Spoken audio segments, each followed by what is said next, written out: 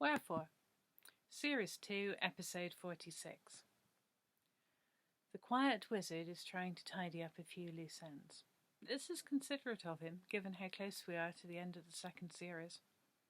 He's a considerate chap, even though he's not conscious of the structures in which he is operating.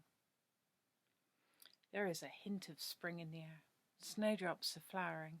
There are celandines, and the birds are enthusiastic in their singing. It feels like the right time to bring winter issues to a close, ready for a fresh start.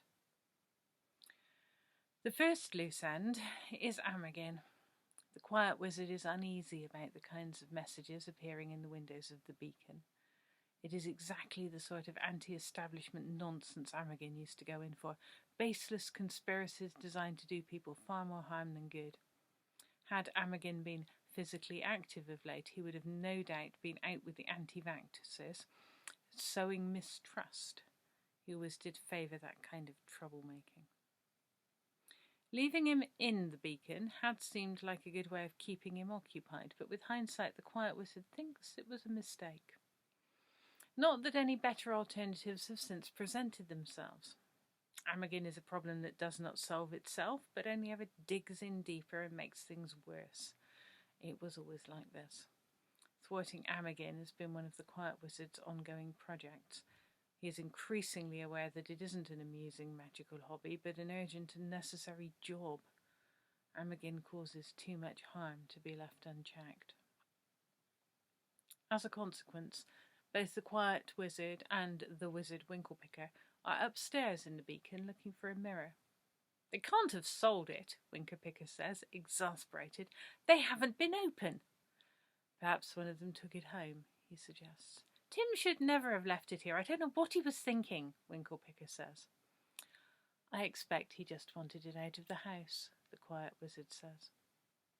Winklepicker has never suspected his involvement in all of this. He still isn't sure whether it was a good idea. Getting Sabrina away from Amagin's influence had been the priority, and he regrets nothing in that regard. She's a fine young wizard in the making with great potential, and Amagin would have ruined her. He has a long history of burning through apprentices, leaving hurt and broken people in his wake. Sabrina deserves better and will have time to grow. Look at this, says Winklepicker.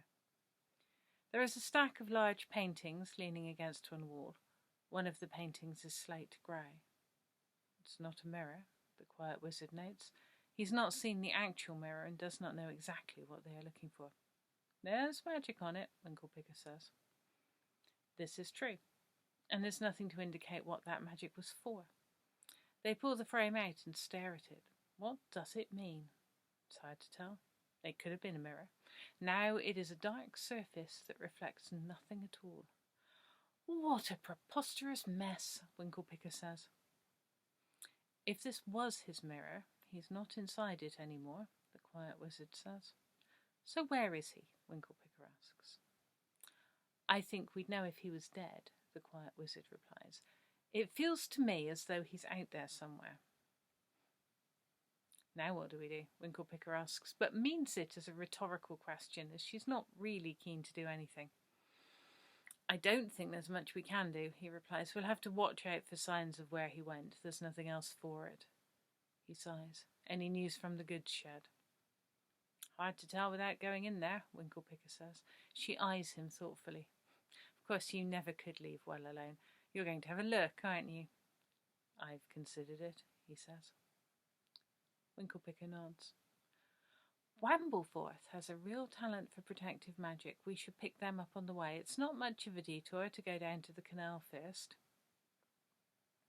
It is a cold afternoon, so there are no people sat about near the canal. This is as well because it takes the two wizards a while to persuade any of the water birds to talk to them. Eventually, a moorhen heads off with a message, and a little while later a large boat appears outside the lockkeeper's cafe. Wambleforth hasn't been involved in the goods shed shenanigans and is curious enough to be persuaded to tag along. Wambleforth is adept at a casual, nothing to see here sort of magic that causes people not to notice things or take interest in them. With this subtle blanket around the three of them, they saunter towards the goods shed.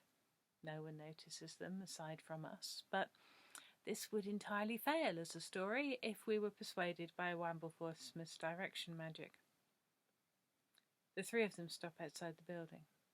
They listen intently, each in their own way trying to sense what's going on without damaging the protective magic surrounding the place. This containment magic is mostly Whitminster's work and is quite self-announcing. Winklepicker opens the door and peers in. Nothing happens. The goods shed is very dark and ominously quiet. You can't see anything, she says. She goes in, with Wambleforth and the quiet wizard close behind her. With the lights on, there's no obvious carnage, no evidence of an epic battle between uncanny entities. Well, this is a bit of an anticlimax, says Wambleforth. There is a small noise, a bit like a kazoo blowing its nose, then a scruffling sort of noise. A creature appears from one of the sofas. It has a bum like a badger and a face like an oboe. Then another saunters out, and it seems to be mostly bongos and claws.